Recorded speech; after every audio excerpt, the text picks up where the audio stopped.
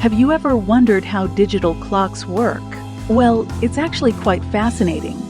The complexity of timekeeping can be simplified into just 3 nested loops. Think of each loop as a layer, working together seamlessly.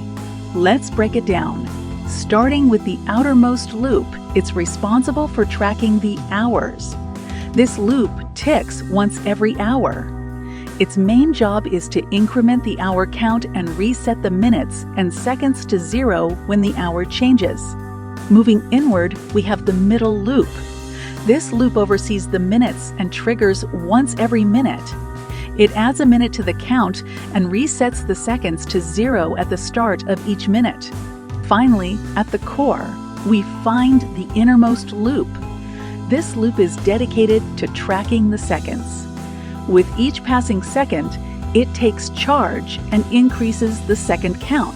When these 3 nested loops work together, they create the illusion of time seamlessly flowing, just like the hands of a clock.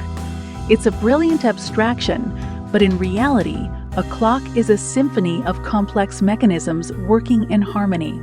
So, next time you look at a digital clock, remember the intricate layers of loops that make it all possible.